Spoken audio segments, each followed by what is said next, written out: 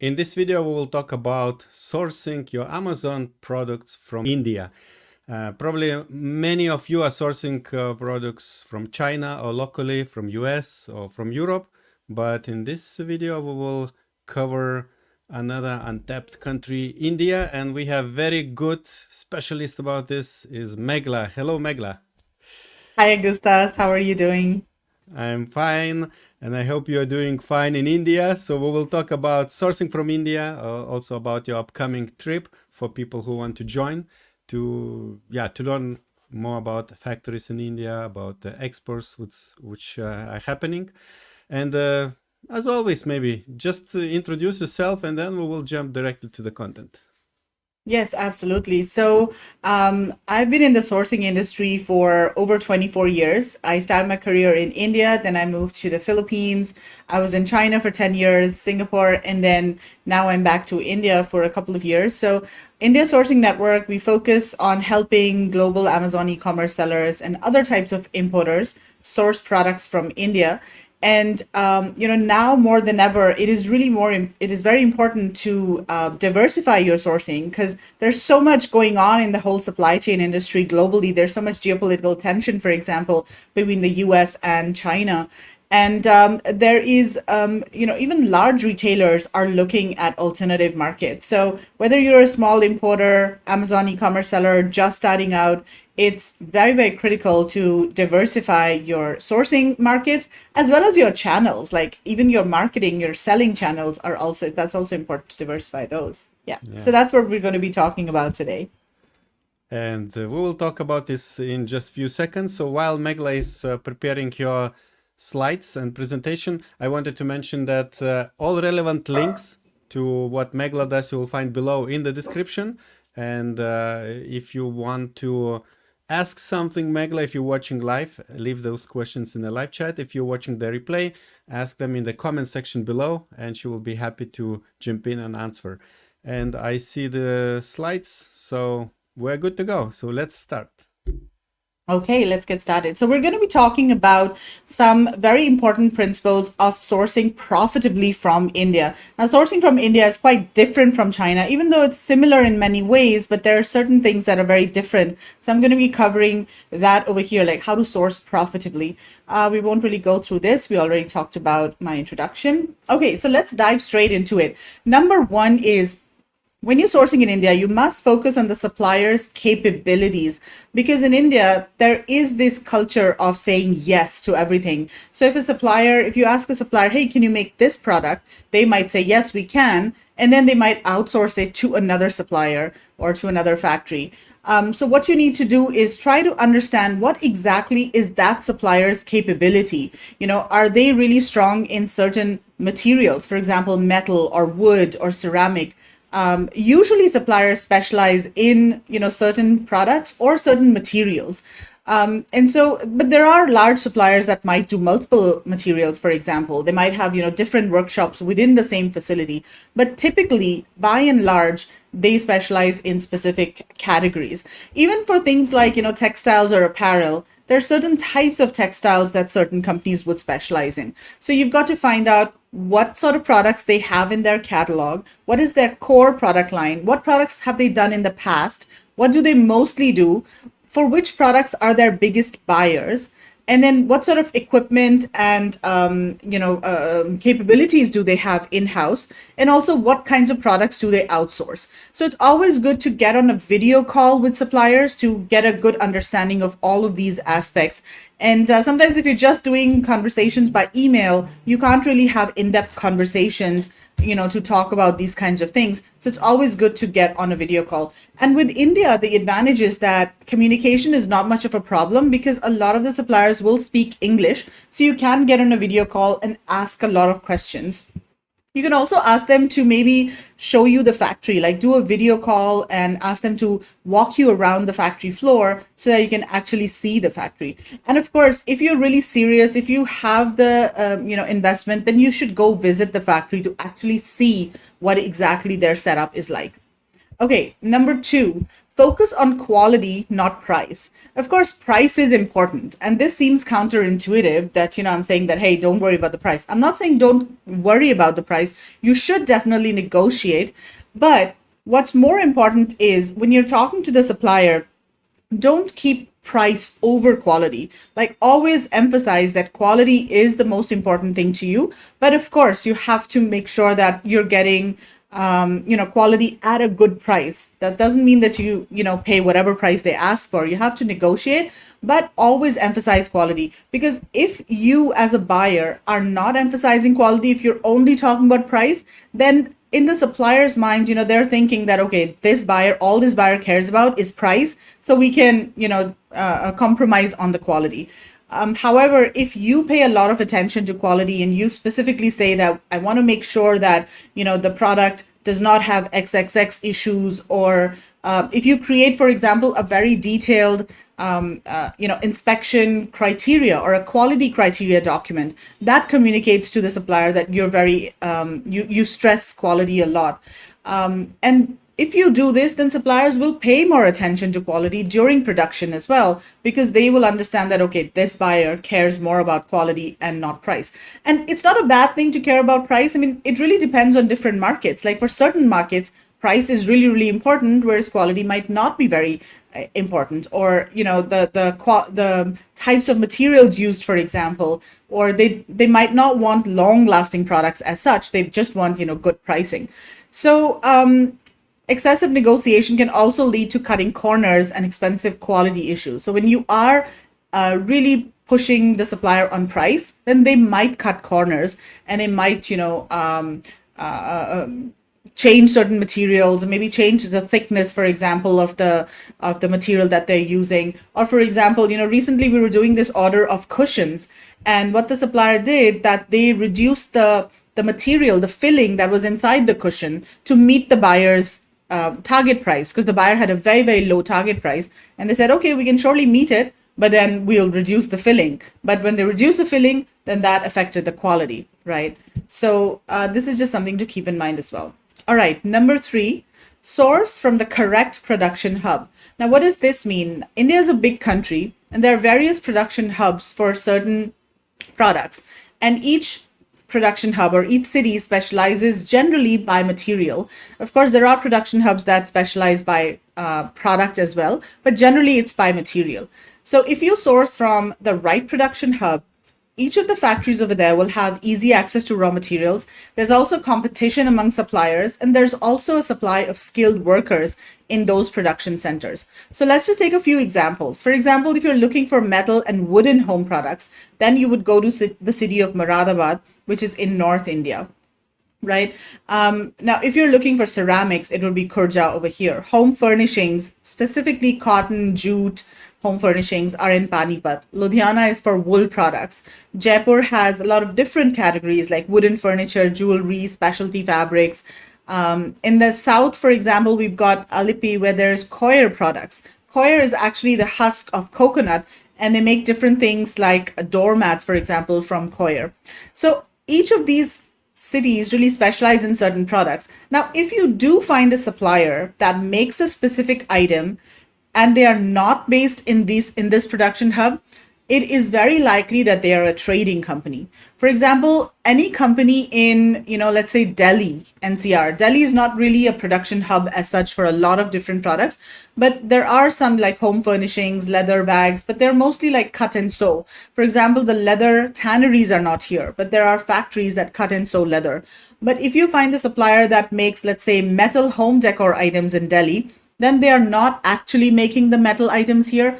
They are just probably finishing and packing them here. But they're sourcing them from a factory in Moradabad over here that actually does the metal work, then shipping the semi-finished product to Delhi, and then doing the finishing here.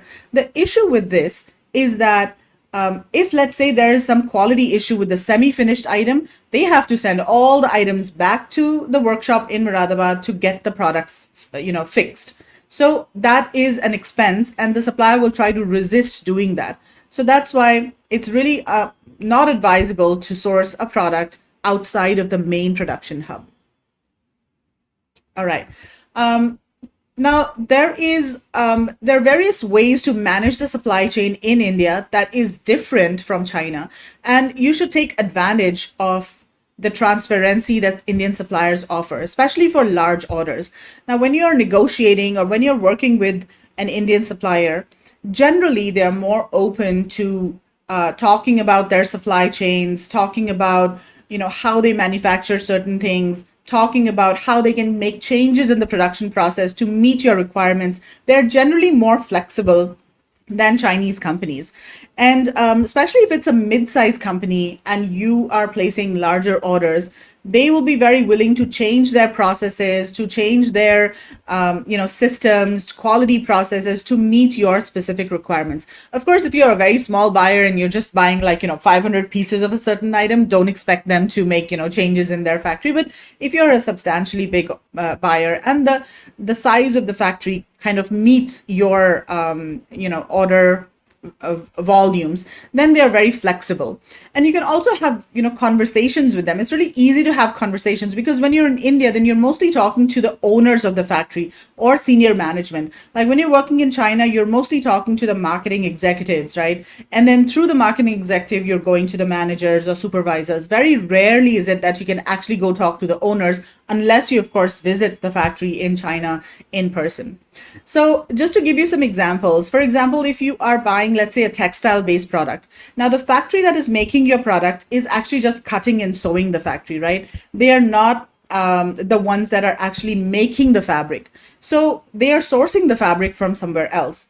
Now you can work with the factory and you can maybe discuss where they're sourcing the fabric from. Let's say if you're having some issues with the fabric, then you talk to the factory and you can actually together with the factory go to the textile mill and talk to them directly and discuss the issues that you're having, or if you want specific fabrics, or if you want some customization to the fabric, and you can have that conversation with the textile mill as well, because the supplier, the factory is kind of open, they're transparent, and they're willing to tell you who their downstream suppliers are. Or you yourself can find the textile factory and then you can actually buy the fabric, source the fabric directly from the textile mill, and then send it to the factory over here. You can also ask for the bill of materials and then discuss ways to reduce material and component costs. So this is also very common, and sometimes it gets difficult to do in China. You can do this in China as well, but generally suppliers, are a bit resistant to do that. But in India, you can sit down with the factory and say that, okay, let's say you're making a backpack. Talk about all the different components, all the different options there are for the different components of the backpack, like the type of stitching, the thread used, the material used, the zipper, the puller. There's just so many things in a backpack, and you can look at the bill of materials, and you can say you have to reduce the cost. So one by one you can look at the materials and you can discuss ways to reduce costs or improve the product if that is your objective. Also, try to find out what is affecting the price. Let's say the price is high for a certain item. Let's just take the example of a fabric-based product.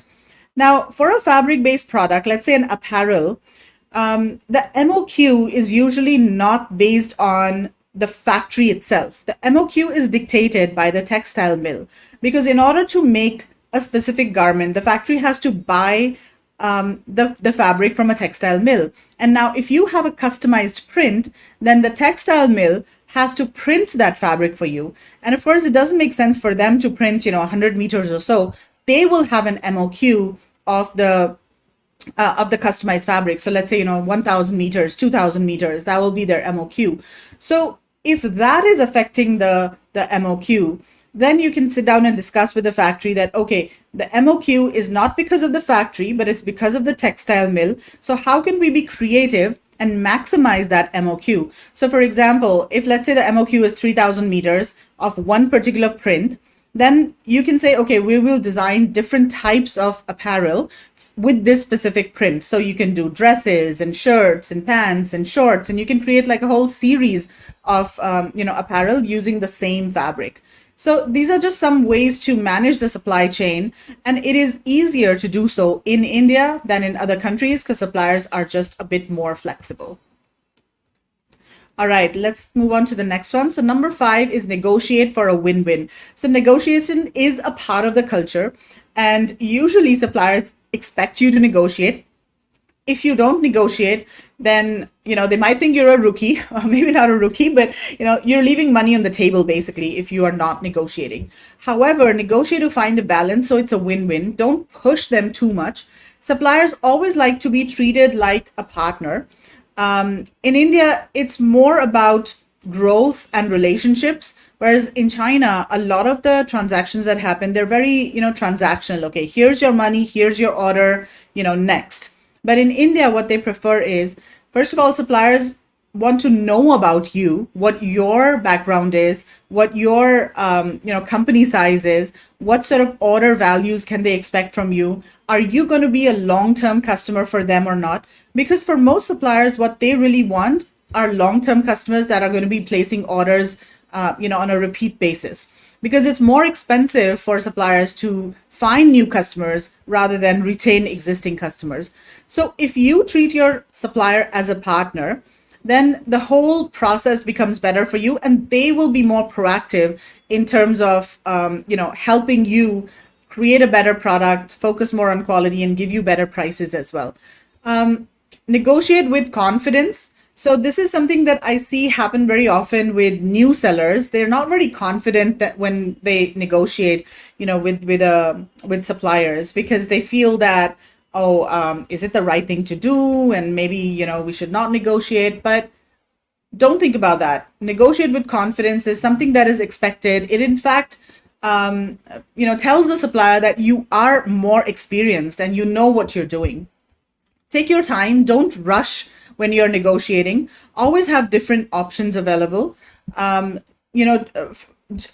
tip that I will give over here is, if you want to place orders for Q4, don't wait until the last minute when you don't have enough time, because usually, suppliers will know that, okay, you're in a rush to place orders, and they will have that sort of leverage. So make sure that you have enough time for your delivery lead time, especially for Q4. Build relationships. So relationships are really, really important in India. In China, of course, they're important too. There's a concept of guanxi, which means business relationship. But in India, relationships are even more important. And the way that relationships kind of work is, once you build trust between the supplier and buyer, then the supplier tends to give you better terms. They will prioritize your orders. They will reply to your emails faster. They will reply to your WhatsApp messages faster. It just it's just a better working relationship. Now, when I say build a relationship, doesn't mean that you have to be their friends. And sometimes it does happen. Like sometimes, like for my partners, Margaret and Kevin, they become really good friends with their supplier. Whenever they go to India, the supplier invites them to their house. They're also going to go visit their supplier's son for, his wedding. And they've almost become like friends. That happens very often. But in general, you just need to have a good relationship with the supplier. Don't be the know-it-all buyer and, like it's my way or the highway. Work with them as a partner and build a relationship and be respectful to them. In India, respect is really important. A lot of the organizations are very hierarchical. And they're also family-owned businesses. So you'll see that sometimes there's the father, the son, daughter, and different relatives working together in the factory. And, they would usually respect people who are elder to them, especially the parents or grandfathers and all. So when you're dealing with any such factory, especially a family-owned factory, just be mindful of that as well. Tell them your growth plan. Like, suppliers really like to know what your growth plan is, and they can also participate and give you suggestions. For example, if you're doing, let's say, one product line currently, let's say wooden products, and you tell them that, hey, I want to expand my line to metal products, and then I want to do marble, and then I want to do this and that, they can come up with suggestions and tell you that, hey, I've got a really good supplier that can make this product for you. So they're always, once they know your growth plan, there's good relationship, then they are, willing to help you as well to grow.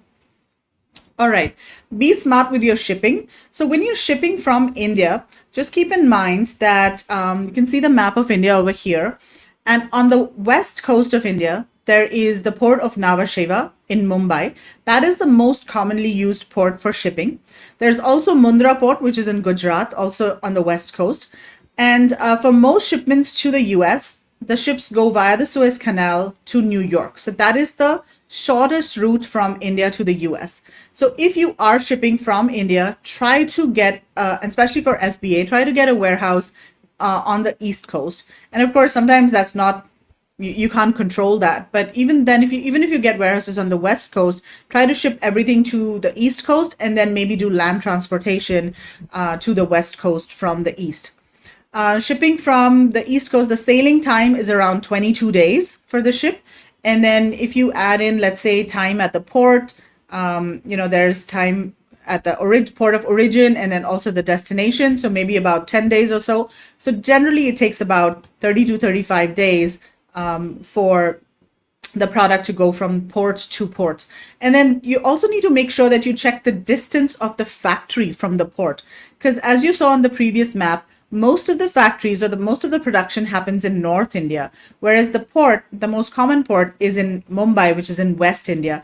So products are usually transported by either truck or rail from the factory to the port. So just keep that in mind as well, and make sure you understand the location of the factory and how far it is from the port. And typically it would take maybe a week or so for the product to go from the factory to the port. It could even be faster.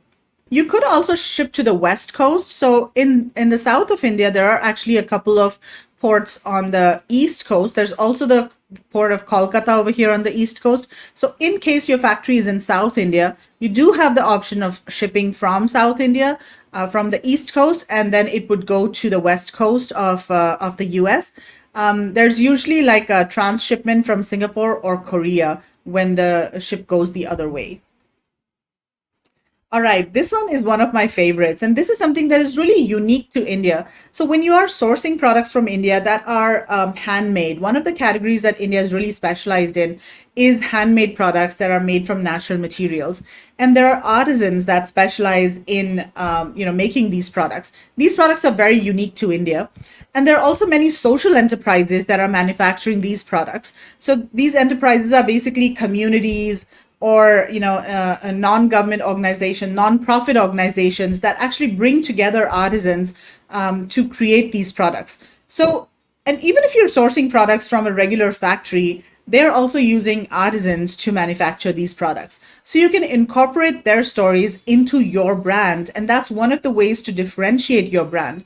So you can share photos and videos of the different artisans and maybe even share their stories. For example, there's this one company that we work with in Agra. They make marble products.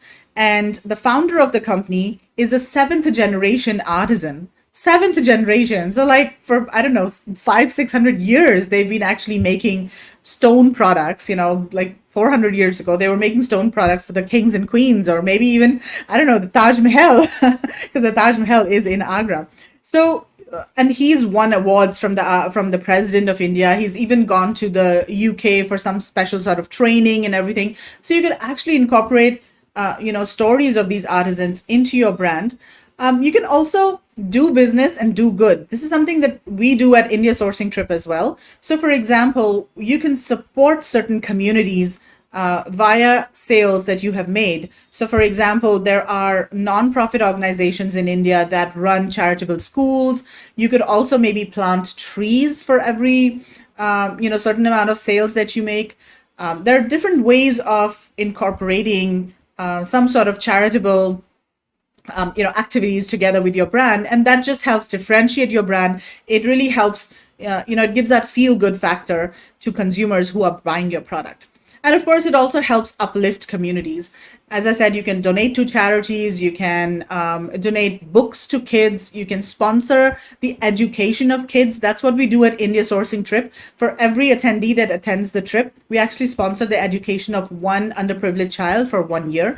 And it costs about $100. It doesn't cost much, but it just helps differentiate your brand from everybody else. All right, so this is something that I've already emphasized, but it's really important. That's why I've got this here again. Build relationships. Again, in India, business is very relationship based. As I said, factories are usually family owned, and companies, in many cases, companies will emphasize or prioritize relationship versus the bottom line. So don't just be another buyer doing another transaction. You can try to build a relationship with them. There's this one concept of time that I want to highlight over here that's kind of different from the West.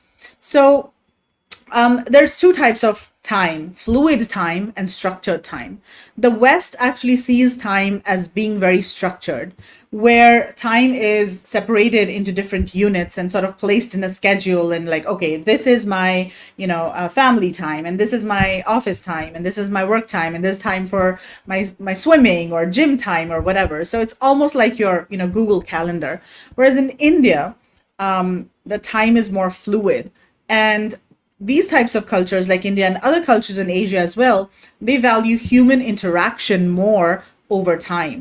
So for example, let me just give you an example of how this would look like. Let's say a supplier is actually in a meeting with a buyer, okay? And they're having a very detailed conversation, and they are, talking about whatever the next project that they're working on, or maybe developing a new product. And let's say the supplier has another meeting in 30 minutes or so. This supplier, because he's so engrossed in this conversation, and because what he's doing at present is just so important, he'll make sure that he's going to finish the conversation over here, even if the next meeting is delayed. Whereas in the US, a person is going to say, okay, I have a hard stop at, in 30 minutes, I have a hard stop. I have another meeting to go to. Whereas in India, they'll be more flexible. Even though they have the next meeting, they'll call the person and say that, okay, I'll be a bit delayed. And I mean, in India, the other person also understands that if you have a meeting at a certain time, it can be delayed. I mean, it's common that meetings are delayed over here. So that's sort of a difference, in terms of the fluid time and structured time. All right. So last, leverage India's strengths. Many times what happens is that buyers come to us and they say that I'm sourcing this product from China and now I want to source it from India. It doesn't work that way, because India is India. So come to India for what India specializes in, not what China makes. China makes anything and everything, right? But India has certain strengths, and don't try to force products that are not made in India, from India. So for example, all of the different, we've discussed this in the past in other webinars as well. And even the map that I showed you, those are the types of products that India specializes in. It's mostly natural materials, a lot of the artisanal kind of products, handmade products, fabrics, specifically cotton fabrics. Now, if you want like a plastic widget, for example, then China is the place to go. If you want electronics, China is the place to go. So understand that India is not China. They have different strengths, and recognize India's strengths and use them to your advantage. So here are some of the advantages that I've listed for India. Unique handmade products. So when you come to India, for example, if you come on India sourcing trip, go to the trade show, you'll see thousands and thousands of different kinds of very unique products that you have not seen in China or anywhere else. So, use that skill, the artisan skill over here, to build your brand. Another advantage of Indian products is mixed media. So suppliers really focus on designs. They work with different materials. They're very skilled at blending different materials in one product. For example, they'll have like maybe marble and wood in one product combined together, or maybe glass, ceramic. So use that to your advantage. I mean, understand that this is a skill set that they have, and think about how you can create products that utilize different materials. Indian suppliers usually have very good design capability. Most of them, not everybody, of course. Like a lot of suppliers, in fact, have in-house design teams. They also recruit designers from overseas. So if the supplier does have in-house design capability, then leverage that. Low MOQ and MOV. This is a huge advantage. And because a lot of these products, especially products that Amazon e-commerce sellers are sourcing from India, they are handmade. The MOQs are pretty low. So you can even source like, 100, 150, 200 products. And suppliers usually have what is known as MOV, which is minimum order value. What that means is the supplier will say, okay, you can place an order of, let's say, $5,000 or $8,000, and you can mix and match different SKUs. So use this to your advantage. Don't source like 500 pieces of one product. especially when you're testing something, you can source smaller volumes and test more SKUs. India does a lot of natural materials. So if you're looking for plastic, don't come to India. If you're looking for natural materials, India is great. Eco-friendly. If you are developing an eco-friendly focused brand, then India is a great place to come. In fact, a lot of the companies, what they also do is even the packaging is plastic free. So not only is the product eco-friendly, but the packaging is also totally plastic free. Some factories are also run in a very eco-friendly way. For example, they run on solar energy instead of regular electricity. One of the things that India is really specializes in is in handloom fabrics. And there's so many different types of fabrics that are available in India. The advantage of handloom fabrics is that you can buy very small MOQs because they are literally made on a manual loom by a person sitting there and weaving the fabric one thread at a time. So because the MOQs can be very low, so use this to your advantage. Use handloom fabrics to create different types of, let's say, home furnishings or apparel, or so many different things you can do. And as I said, use supplier backstories. There are a lot of social causes in India that you can support in order to differentiate your brand. Local raw materials. Again, there's huge availability of local raw materials, so leverage that. In India, there's generally more respect for IP than there is in China. And one of the reasons for this is because a lot of Chinese manufacturers sell directly on Amazon. So they're more incentivized to copy your product and sell it on Amazon because they know that you've done your research and you know that this is a good selling product, and they generally sell it under their own brand. It's very common. But in India, most factories still prefer to do B2B. They don't want to sell B2C. So this is a big advantage. Lower labor and production costs. This is another advantage from India because if your product requires labor or if it is handmade, then you can generally get better prices in India than China or other countries because labor costs are much lower over here. Okay, so that was my presentation. Let me quickly talk about our upcoming sourcing trip in October, and then we can see if we have any questions. Okay, so if you do want to build a profitable, sustainable brand, a private label brand, the best way to do that is go to the source. You'll get good prices, you'll see thousands of products, and you will also be able to meet a lot of different suppliers. And we welcome you to join our India sourcing trip, which is basically a learning, sourcing, and cultural guided tour to India. We do this trip twice a year. The next one is coming up in October 14th to the 21st, and the one after this is in February. So in case you're interested in either of the two trips, you can reach out to me. There are certain advantages of attending this trip in particular. So first of all, you can source a lot of innovative products that other sellers don't have access to. Now, Indian suppliers generally are not very good at creating and updating their websites. A lot of suppliers are not on Alibaba. In fact, 99% of suppliers are not on Alibaba. Most of the suppliers that are on Alibaba are trading companies. They are not manufacturers. All the good quality manufacturers that have innovative products are at trade shows. And there's this one trade show that we attend during India sourcing trip. It's called the Delhi Fair. A lot of the good suppliers are there. They exhibit there. They're all export focused companies. So once you go to the source, once you meet these companies in person, the factories in person, you're definitely going to get better prices than somebody who's just contacting them online, because the companies know that you are serious about sourcing products because you have taken the time and effort and spent the money to travel all the way to India. So you're definitely going to get better prices, better terms, priority treatment in terms of your orders, etc.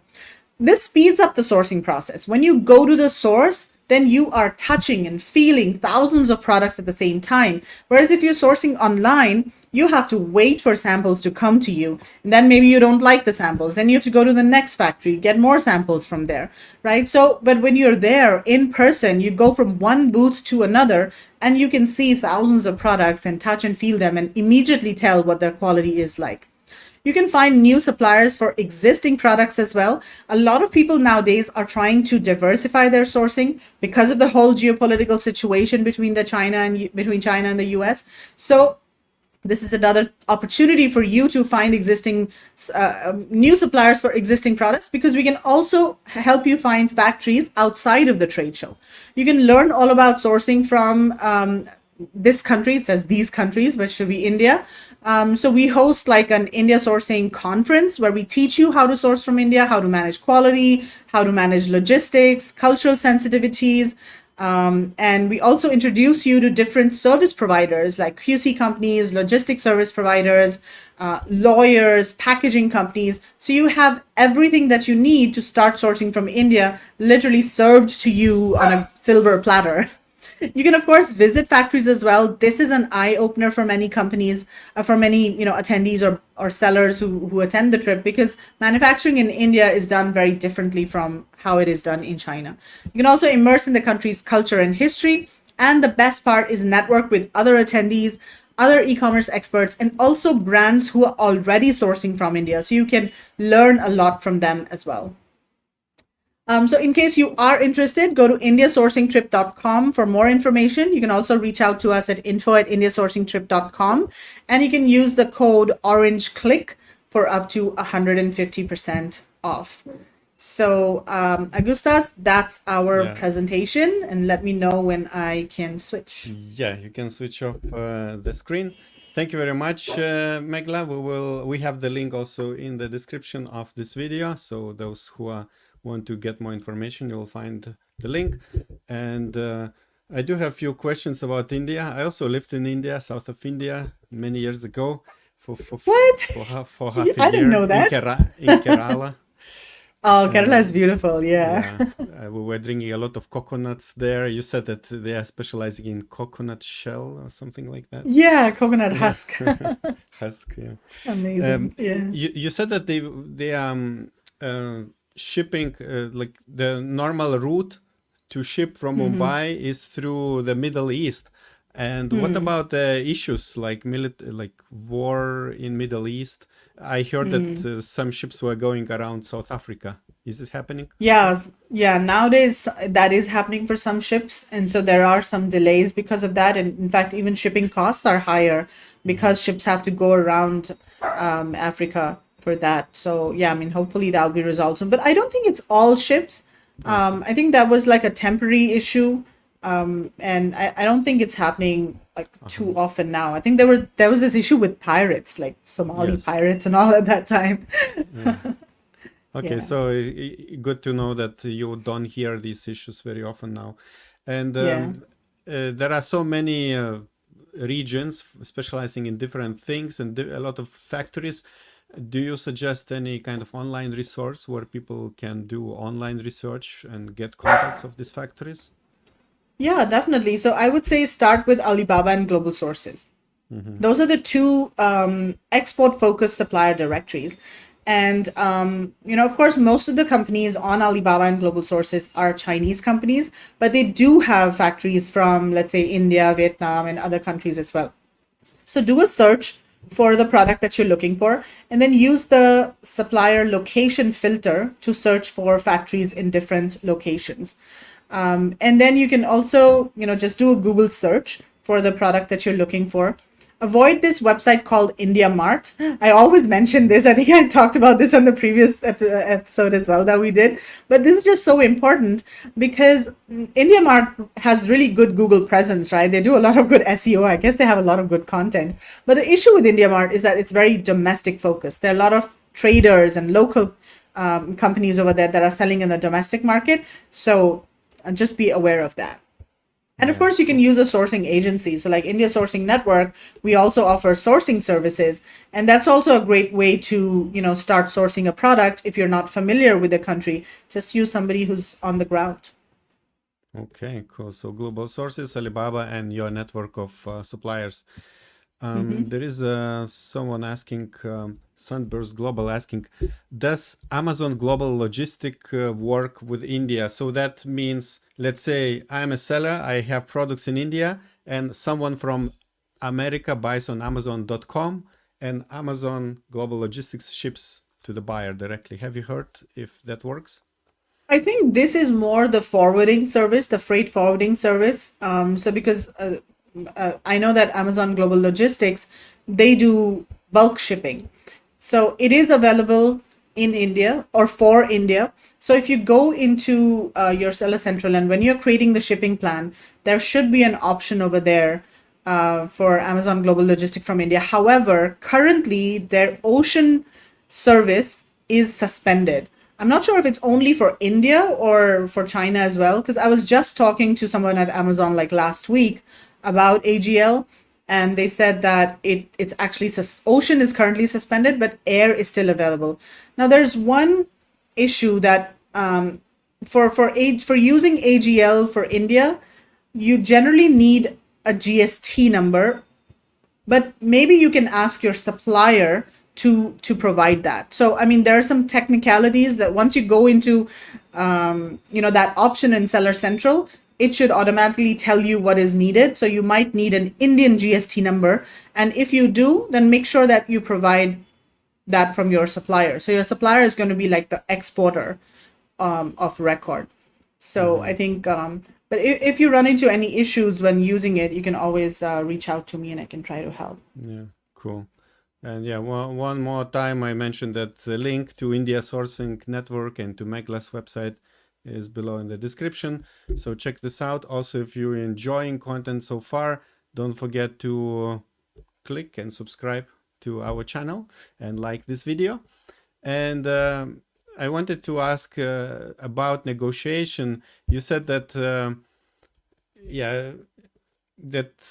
Indians are expecting negotiation, but for Western people, it's so difficult to understand this concept. So, for example, now supplier says, okay, this, I don't know, 1,000 of spoons will cost you $1,000. So, okay, so this is the price. I don't even have an idea how I can negotiate. Maybe you can also tell me what margin they add extra, which they are ready to negotiate. For example, when I was in China like 20 years ago, they were selling tripod for the camera for 80 their local currency, yuans or something.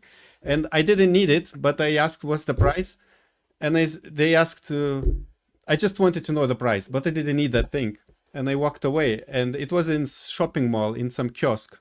And at the end, I bought it for 16 in some kind of supermarket shopping That's mall. crazy. So Yeah. I felt bad not to buy because I asked, I showed interest, and I was surprised because they gave me for my imaginary number. I said like, if it's 80, like I buy for 16, and I was like fixed on this price. I was sure they will not sell it, but they sold it. So maybe you can, you can explain what's the what we can expect when they say the price. Like, is it like 10% down or 20%?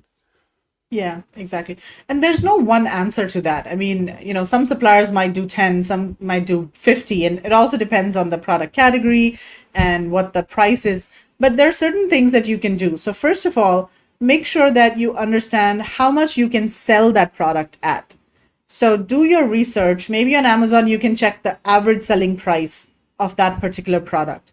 So have an understanding of how much you can sell it at, and then work backwards to get to how much you must buy that price for. Like, what is the maximum you can buy the price for? Let's say you're selling something for $40. You have to account for, Amazon ads, then 30% goes to Amazon for their fulfillment and the referral fees and everything. And then your margin, and then, maybe shipping costs, and you may have some other expenses as well. So working backwards, then try to find out what exactly is the maximum price that you can expect. And then whatever it is that you can expect, have that number in mind when you're getting prices from suppliers. And if they quote something that's much, much higher than that, then of course, you don't have a choice. You have to negotiate back to your price and always give them a lower price than what you actually want. So maybe of course, depending on the product, again, 10, 20% lower. And then they might meet you in the middle somewhere. But that's one thing. So once you know how much you can buy the product for, negotiation becomes easier, right? Sometimes it also helps to give them a target price, because again, for suppliers, they might they might throw a number out because they don't know what, if you're already buying the product, do you know what the price should be, are you familiar with India or not.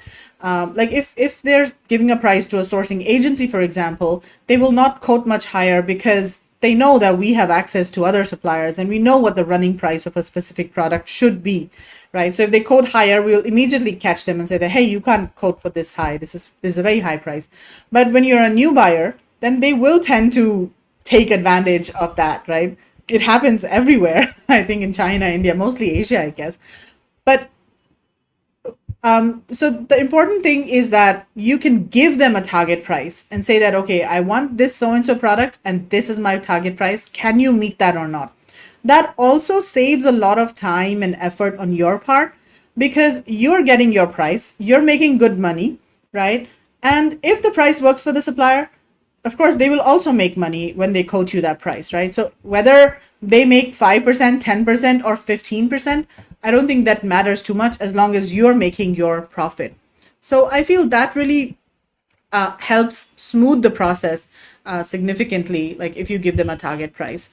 Yeah, I mean, I think those are a few tips. It's very difficult to say how much companies will really or factories will really mark up, but in general, you can always try to get the price down by like 5 or 10% at the very least. Yes, good to know. Perfect. And does your team help with negotiations? Yes. So when we do the sourcing, then we manage the entire process, starting from finding the supplier, negotiating, packaging, prototypes, product development, everything, and including quality control and inspections. So we can help with negotiations as well.